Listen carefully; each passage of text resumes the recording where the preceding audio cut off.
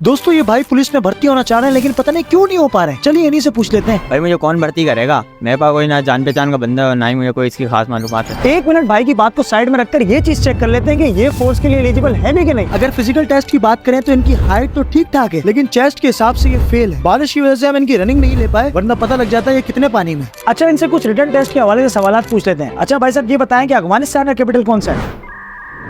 अरे भाई ईरान का कैपिटल कौन सा है? अरे चाइना का कैपिटल कौन सा है? कराची।